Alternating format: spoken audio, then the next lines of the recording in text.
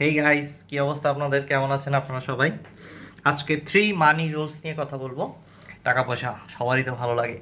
So এইটা আপনার সাথে দীর্ঘ সময় থাকার জন্য এবং বেড়ে ওঠার জন্য কি করতে হবে সেটার জন্য 3টা রুলস আছে, খুবই ফান্ডামেন্টাল রুলস, খুবই কাজে লাগবে। এটা আমি নিজের লাইফে অনেকবার ইউজ করতেছি। এমন একটা স্টেটে আপনাকে এটা নিয়ে যাবে যেটা থেকে আপনি খুবই ইজিলি ফাইন্যান্সিয়াল ফ্রিডমের দিকেও যেতে পারবেন। সো 3টা মানি রুলস নিয়ে আজকে কথা বলবো। তার আগে কি আর বলার, দাড়ি কাটার সময় পাইতেছি না, এখন কাজের চাপ বেড়ে গেছে, বাট আপনাদের সাথে কথা বলতে চলে আসছি, বেশি সময় নেব না। প্রথম রুলটা সেটা হইলো, যখনই আপনার কাছে কোনো পেমেন্ট আসবে, কোনো টাকা আসবে, সেটা জবের স্যালারি হোক বা সার্ভিসের কোনো পেমেন্ট হোক বা প্রোডাক্টের পেমেন্ট হোক, আপনি করবেন কি, টাকাটাকে খুব সুন্দর করে অনেকগুলো ভাগে ডিস্ট্রিবিউট করে ফেলবেন। যে এইটা এই খাতে যাবে, এটা এই খাতে যাবে, এটা সেভিংস হবে, এটা ইনভেস্টমেন্ট হবে, এইটা দিয়ে আমি কিছু কিনবো, এরকম করে ভাগ করে ফেলবেন। এরপর ভাগ করার পরে যে অংশটা আপনি মানিব্যাগে রাখবেন সেটাকেও বিভিন্ন জায়গায় রাখবেন। মানে মানিব্যাগের মধ্যে বিভিন্ন চিপায় চাপায় ঢুকাই দেবেন টাকাটাকে, যেন আপনার চোখের সামনে বারবার ওইটা মেসেজ না দেয় যে খরচ করতে হবে। যখনই মানিব্যাগ খুলবেন, সামনে যেন টাকা ভেসে না ওঠে, ওটাকে অদৃশ্য রাখার চেষ্টা করবেন। মানিব্যাগের মধ্যে এমনভাবে বিভিন্ন স্কিল ব্যবহার করে, বিভিন্ন টেকনিকে আপনি আসলে টাকাটাকে লুকানোর চেষ্টা করবেন। এতে হবে কি, হুট করে আপনার একটা সময় যখন টাকার রিয়ালি দরকার হবে, ফেক ওয়ান্ট বলে সাইকোলজিতে খুব একটা টার্ম আছে, ফেক ওয়ান্ট ঠিক বলাটা ঠিক হবে না, এটাকে বলবো আসলে কি টার্মটা আমি ভুলে গেছি, হোয়াট এভার, বাট আপনারা রিসার্চ করে দেখেন মানুষের ভেতরে সাইকোলজিক্যালি ভিন্ন রকমের একটা আকাঙ্ক্ষা তৈরি হয়, যেটাকে আমরা ফেক ডিজায়ার বা ফেক ওয়ান্টিং বলতে পারি। সেটা আসলে কী জিনিস, বেসিক্যালি যে জিনিসটা তার দরকার নাই সে ওইটাকেও চায় কিনতে, কেনার পরে 2-1 দিনের মধ্যে বুঝতে পারে যে কেনার দরকার ছিল না। বাট এই ফেক ওয়ান্টিংটার জন্য অনেক টাকা ওয়েস্ট হয়। যখন আপনার মানিব্যাগের সামনে টাকা ভেসে উঠবে না, বিভিন্ন জায়গায় লুকানো থাকবে, তখন আপনি দেখবেন এই ফেক ওয়ানটা হবে না, বরং প্রয়োজনের সময় আপনি হুট করে টাকাটা পাবেন। আজকেও আমি এই ঘটনা ঘটতে দেখেছি। হুট করে আমাদের যে রুম অথবা হাউসের যে সার্ভেন্ট আছে উনি এসে বলতেছে কিছু টাকা লাগবে, বাট আমি তো ক্যাশ আউট করে রাখি নাই, কিভাবে টাকা পাবো? হুট করে আমি দেখলাম মানিব্যাগের মধ্যে এদিক ওদিক খোঁচা দিয়ে বের করা যায় কিনা, ইনস্ট্যান্ট দেখে টাকা বের হয়ে গেছে ম্যাজিকের মতো। সো এই টেকনিকটা খুব ভালো কাজ করে। So, এটাই ছিল রুল নাম্বার 1। মানে যখনই টাকা পাবেন তখনই সুন্দর করে ডিস্ট্রিবিউট করবেন, আদারওয়াইজ সব টাকা আপনি নষ্ট করে ফেলবেন, এরকম হবে। সো এই রুলটা খুবই গুরুত্বপূর্ণ। সেকেন্ড রুলের কাছে আমরা আসি। সেকেন্ড রুলে কী করবেন বলে গেছি, ওকে, মনে করার চেষ্টা করতেছি, দাঁড়ান।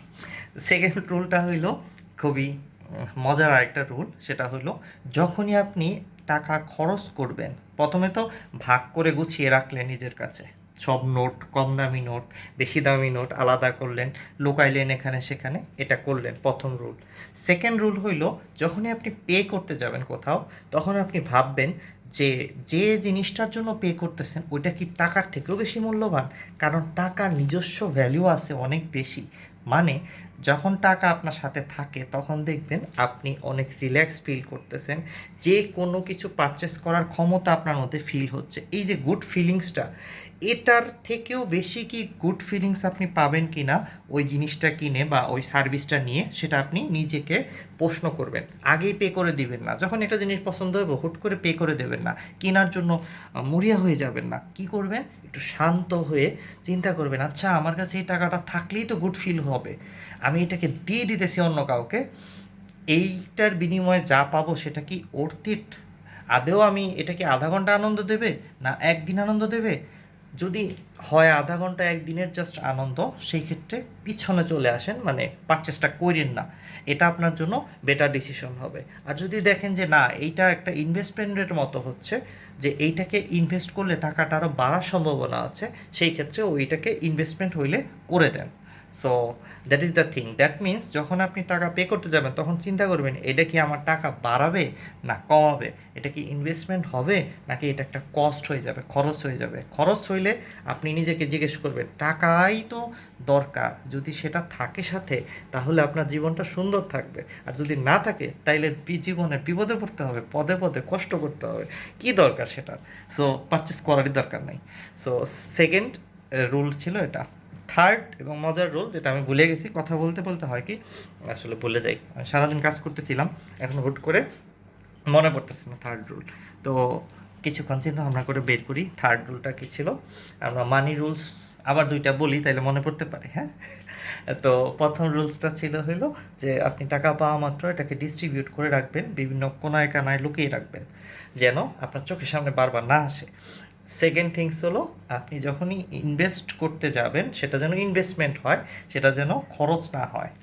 এবং থার্ড অ্যান্ড ফাইনাল রুল, যেটা আমার মনে পড়ে গেছে দুইটা বলতে বলতে, সেটা হইল প্রতি মুহূর্তে, দিনের প্রতিটা সময়ে আপনি নিজেকে রিমাইন্ডার দেবেন যে আপনার টাকার গাছ যেন বড় হতে থাকে। দ্যাট মিনস আপনি হয়তো কোনো ইনভেস্টমেন্ট করতেছেন বা কারোর সাথে কথা বলতেছেন, বা ইনভেস্টমেন্ট না করলে আপনার সময় কিন্তু ইনভেস্ট হচ্ছে অটোমেটিকলি। তার মানে সব সময় মাথার মধ্যে টাকা যেন বাড়তে থাকে সেই চিন্তাটা আপনার করতে হবে।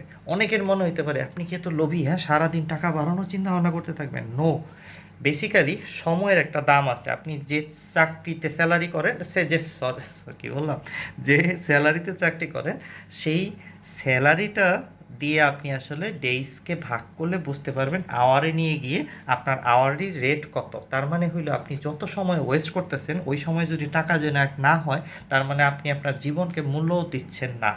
That is why 3 number rule হইল, জীবনে যখনই যে কাজ করতে চাইবেন বা চিন্তা করবেন, সেই ক্ষেত্রে দেখবেন যে আপনি ফাইন্যান্সিয়ালি বেনিফিটটা বাড়াতে পারেন কিভাবে। নানান রকম মানুষ চিন্তা করে যে এইটা আসলে কিভাবে হবে, অনেক রকম ব্যাপার আছে। ধরেন আপনি একটা ফ্রেন্ডের সাথে গেছেন, আপনি একটা রিক্সা ভাড়া দিচ্ছেন একটা সময়, আসার সময় ওই ফ্রেন্ডের দেওয়ার কথা কিন্তু আপনি হুদাই দিতেছেন। এই কাজটা না করলে আপনার টাকা বেঁচে যায়, মানে টাকা বেড়ে যায়। এরকম ছোট্ট ছোট্ট ছোট্ট ছোট্ট কোটি কোটি সিদ্ধান্ত আপনার ডেইলি নেই।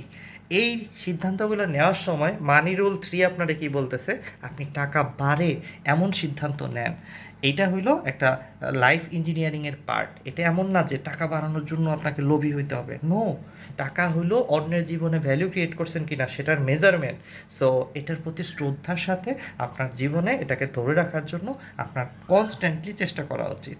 এবং অন্যের জীবনে ভ্যালু ক্রিয়েট করার চেষ্টা করতে পৃথিবীর সমস্ত ধর্মগ্রন্থই বলে। সো আশা করি বুঝতে পারছেন 3টা রুল। Thank you. একটু দুঃখিত, আসলে হুট করে বিভিন্ন কথার মধ্যে আমি বিভিন্ন কিছু ভুলে যাচ্ছিলাম, ওর জন্য আপনার 2-3 সেকেন্ডের মতো বেশি নষ্ট হয়েছে, ওর জন্য আমি দুঃখিত। Thank you.